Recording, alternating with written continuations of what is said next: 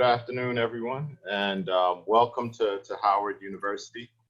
As has been mentioned, I'm Anthony Wutoh, and I currently serve as the Provost and Chief Academic Officer for the university. And so on behalf of all of our faculty, our staff, and our current students, it's my honor and my pleasure to welcome you as graduate students to the university. I know some of you did your undergraduate studies at Howard, and so to you, welcome back. And to those of you who are new to the Howard community, again, thank you for choosing Howard University to pursue your graduate studies. I think it goes without saying that these are interesting times and these are curious times. This is, I'm sure, the first time that the graduate school has conducted this activity completely virtually. And so we're dealing with really two pandemics on a global scale at the same time. First being COVID-19, that has been probably the most significant pandemic in 100 years since the Spanish flu in the early 20th century. But we're also dealing with an epidemic of systemic racism and the reckoning that this country is going through at this time, which is not going to end next week. It's not going to end with the election. And our hope is that it will result in a significant restructure of the power structures in this country. That being said, this is, I think, a very exciting time to be a student and a very exciting time to be a graduate student, regardless of whether your area of study is English or political science or pharmaceutical sciences or biology or economics. I think there's so many things going on now that it really provides an exciting opportunity for you to study. I was thinking, I didn't prepare any speech, but I was reflecting on my time both as an undergraduate student and also as a graduate student. And what it brought to mind was, as I was completing high school in the early 1980s, we started to become aware of another health issue, HIV/AIDS, that really started emerging as I was finishing high school. And so I looked at some of the things that were taking place then and some of the issues that we're dealing with now, and thought it would be interesting just to share with you why I think these are really interesting times. It was really in 1981 that we started receiving the first reports of a rare lung infection and of young people who were otherwise healthy that were developing these immune disorders. That was 81. It wasn't until 1983 until scientists really started identifying the potential cause of this illness as a retrovirus. It wasn't until 1985 that the first commercial test was available for HIV. And it wasn't until 1987 that the first vaccine trials started. We still don't have a vaccine for HIV. If you contrast that with what has taken place with COVID-19, another new disease that has emerged, the first reported case of pneumonia of unknown cause that ended up being COVID-19 was on December 31st, 2019 in China. By January 10th, China had sequenced the novel coronavirus. So less than 10 days from the first report of pneumonia of unknown cause. Later that month, the first COVID-19 test was available. By January 13th, the first case of coronavirus outside of China, of the novel coronavirus, was identified in Thailand less than 2 weeks after the initial case was reported in China. By January 30th, the WHO had declared a public health emergency. And by March 11th, COVID-19 was designated by WHO as a pandemic. And we have multiple clinical trials underway for a vaccine. And so if you think about it, it took us almost 5 years for the first test to be available to test for HIV. It took almost 6 years for the first vaccine trials to start. And all of that has happened within 5 or 6 months with COVID-19. So if you think about the public health implications, if you think about the medical and pharmaceutical implications, but you also think about politically what is taking place in this country and around the world, if you think about the economic impact of the recession, if you think about sociologically what is taking place and what is going to take place over the next several months, there are so many interesting questions and so many things that we need to identify solutions for. That's really why I said this is really an exciting time to be a graduate student. It's an exciting time for us to think about these broad interdisciplinary answers that are going to be necessary for us to resolve this latest challenge. And so part of our responsibility is to make sure that you have the resources that you need to be successful, that our faculty are fully prepared, whether your courses are going to be entirely online or you will be on campus for some face-to-face interaction. This is obviously new to Howard and new to higher education to be providing our instruction in a largely virtual environment.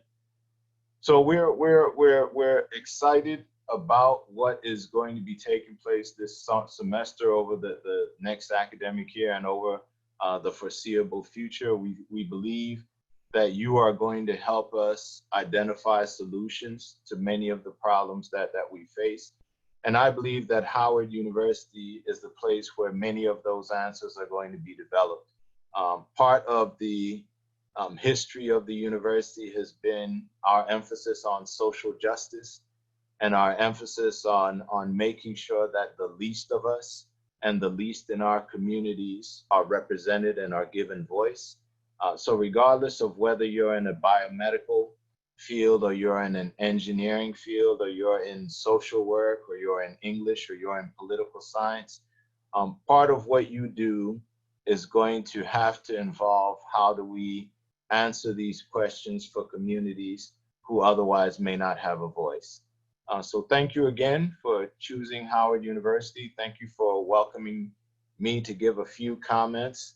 And maybe I should have also mentioned that I'm an HIV researcher, which is one of the reasons I use HIV as the example.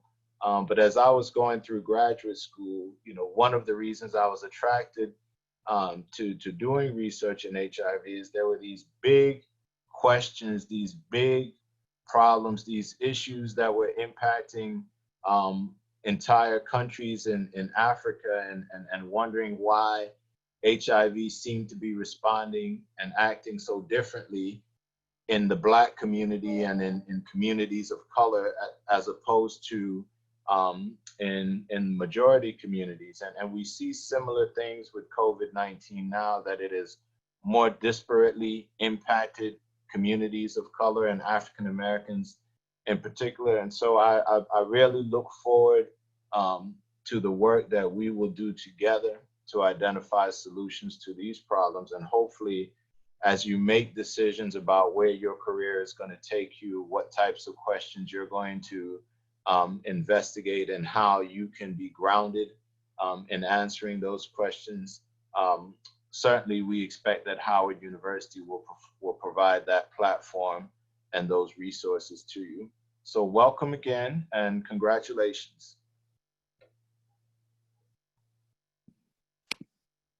Thank you so much, Mr. Provost. I really appreciate your being on, and I appreciate especially the emphasis on the academic component of this orientation. Good morning, everyone. I'm Dana Williams, Interim Dean of the Graduate School, and like the Provost, my interest and commitment to this conversation this morning focuses primarily, or focus rather, primarily on the significance that you will play in the future, not just of Howard, not just of the region, not even just of the country, but in the world. It's so incredibly important that you begin to think about the knowledge production that's necessary, the ways that you will work with your faculty and with your peers to begin to help us to find solutions to these problems that plague us. There's so many challenges that we face, so it is really, really an incredible time to be a graduate student in a general sense, but then a graduate student at Howard, very most especially.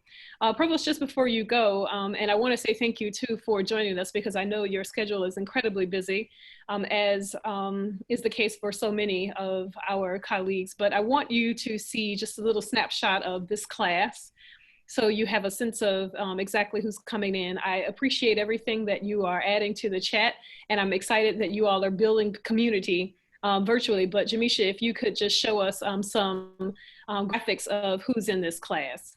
So we had 201 students to enroll, and our target for this year actually was, we felt if we got 200 in these circumstances, we would be excited about it. We have some students who are deferred, and they will join us in the spring, but 140 of you are doctoral students, 57 master students who I hope will join us and stay along for the PhD, because the numbers of PhDs for students of color is still incredibly low across all fields. The highest is 5%.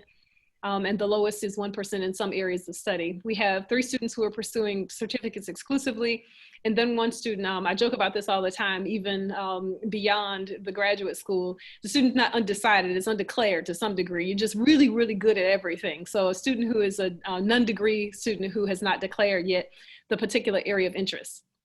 Our youngest student is 19, believe it or not.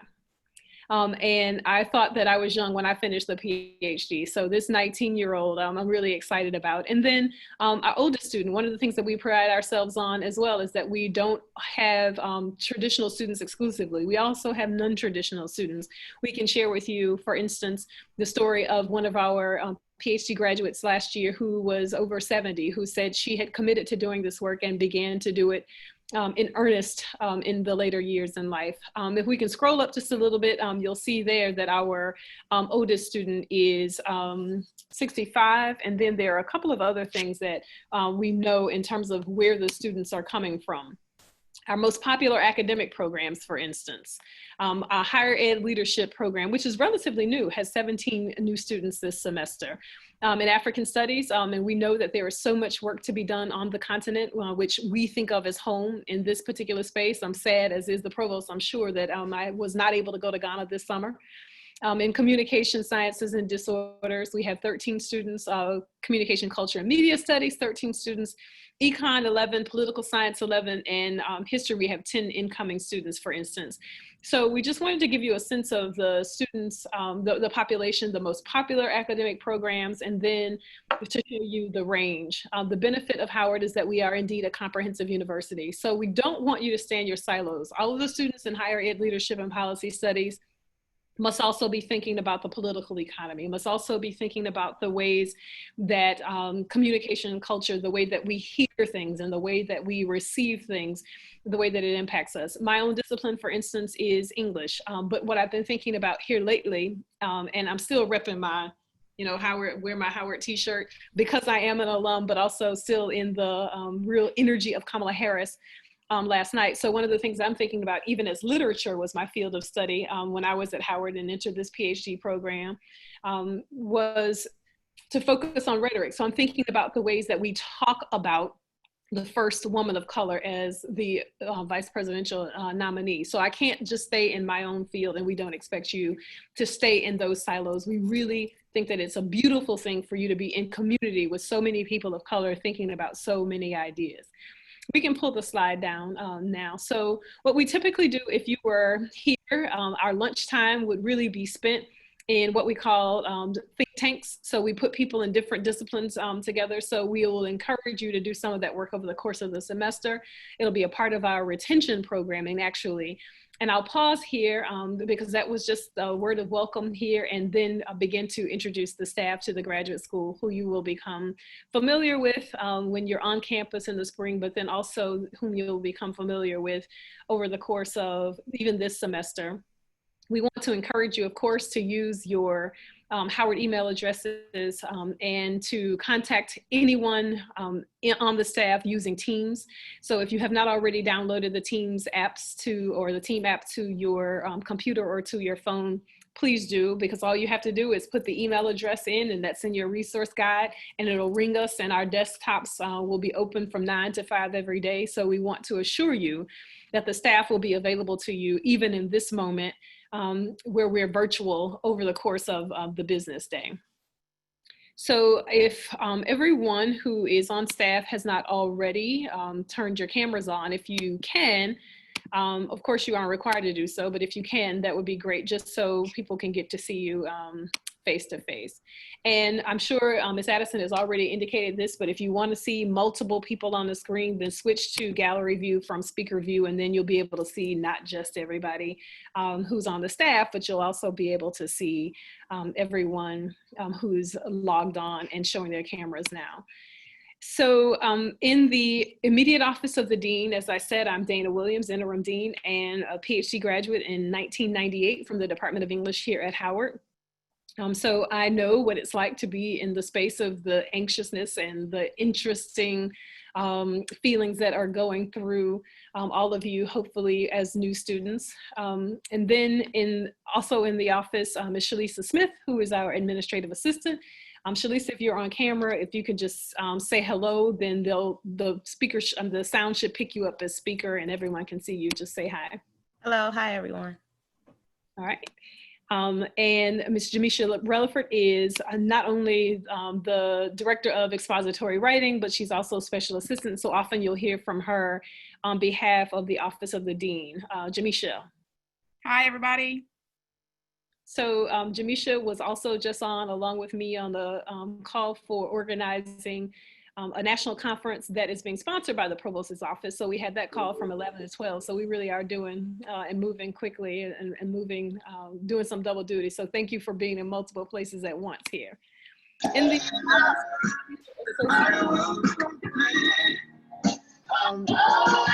pause, whoever that is sharing some joy with us, we appreciate it. And we appreciate like little people running around. I'm sure we'll see Nate at some point soon. So not to worry, we're making the best of it. In the Office of the Senior Associate Dean for Graduate Studies, Dr. Constance Ellison is your first point of contact for all academic matters. She's our Senior Associate Dean, Dean Ellison.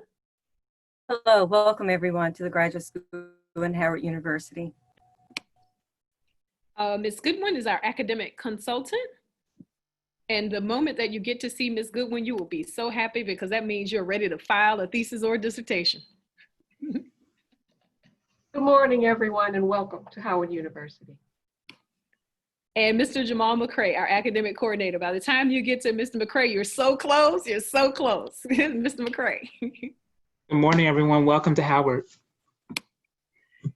Thank you so much. In the Office of Student Affairs, Ms. Alvita Addison, our recruitment coordinator, and she has actually organized our orientation for today and did RCR yesterday and helped us out last week with our RA and GA, our research assistant, graduate assistant, and teaching assistant. So those of you who are funded students, you have probably already met Ms. Addison as well. Ms. Addison, you want to say hello again? Hello, everyone. Welcome to Howard. In the Office of Administration and Finance, Dr. Linda Jones, our Assistant Dean. She's our money person. Dr. Jones. Good afternoon, everyone. Welcome to Howard University and the Graduate School. Yes, the Graduate School especially. And thank you for correcting me. It is morning. I mean, it's not morning anymore. Good afternoon. And most of you who are, again, funded students, your tuition remission is probably already posted and your stipends are ready for you to start work. And that is because of the good work of Ms. Lloyd and Dr. Jones. So Ms. Lloyd, our financial aid coordinator, who you'll hear from a little bit later, you want to say good afternoon? You're muted, Ms. Lloyd. One more time.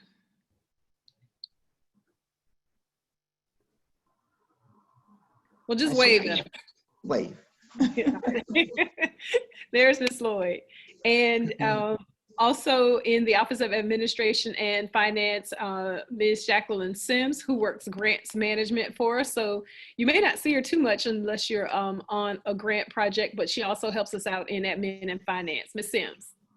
Good afternoon, everyone. Welcome to Howard University, the graduate school. Yes, and also Mr. Glenn Griffin, who's behind the scenes, I'm sure, making sure that we keep our technology lives together. And Mr. Griffin, you will be happy to note that I was able to log on from my office today. All right. Good afternoon, everyone. Welcome to Howard University Graduate School. Thank you. I'm in the Office of Communication and Development, and you'll hear from me often saying, tell us what you're doing, tell us what your stories are, because we want to make sure that the world knows just how comprehensive we are. Ms. Jamie Triplin is our Communications Director. Hi, everybody.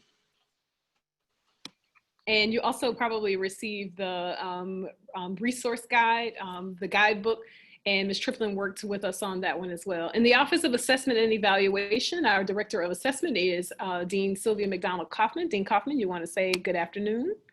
Good afternoon, colleagues. Welcome. Look forward to growing and serving with you.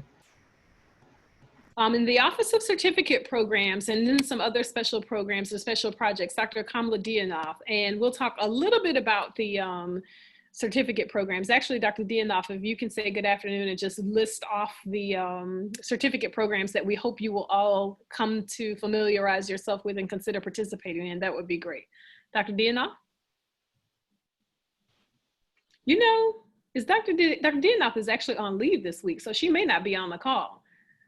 So we've all been going since spring break pretty much nonstop, and we all threatened to take time off, but then we continued to respond to emails and to log on to answer calls and do all kinds of things because we really want to take care of you all. But it looks like Dr. Dianoff may have actually taken the day. Good for her. Our certificate programs, you'll hear a lot more about women's studies, cybersecurity, preparing future faculty. What am I forgetting? International studies. National studies. And there are a couple of other projects that go along with some of these. So you'll have opportunities through the GEM Fellowship Program, which she manages, and a couple of other things as well. And then our Master's in Public Health Office, our Director for Public Health is Dr. Pamela Carter-Nolan, who's taken one of her children to school today. And then Ms. Rahel Thibodeau is probably on as well. Rahel just got off of the call for the conference as well. Hello, everyone. Welcome to Howard University Graduate School. Thank you. We have two programs that are in the graduate school exclusively. Public health is one of them, and then the other one is atmospheric sciences. So those of you who are in the atmospheric sciences program or the public health, you'll probably hear more directly from your directors later on today. Is there anything else, Ms. Addison, that you want me to cover? I think I'm over the timeline here. Yes, you are. I think we're in good, well, we'll get back on track. All right. Thank you all so much. Welcome again to the Graduate School at Howard University. Please be reminded at every turn that you are students in the graduate school at Howard. You do have a school and college where some of your instruction takes place. The faculty are in schools and colleges across the university, but your school is the graduate school. We want you to feel welcome here. We want to help you to provide whatever resources are necessary for you. Remember, again, our staff is here to assist, and anything that we can do to support you during this semester and beyond, we are more than happy to do that. We want to just shout out to last year's class. They aren't on here, but we want you to know that we hope that this class is like the class that just graduated. Last year was the largest class in the history of the graduate school at Howard University. There were 105 PhD graduates, additional master's and certificate program students. But we certainly hope that the class that comes in this year is one of those banner classes as well. Welcome, and we look forward to engaging and meeting with each of you over the course of the semester and through your entire tenure here at Howard.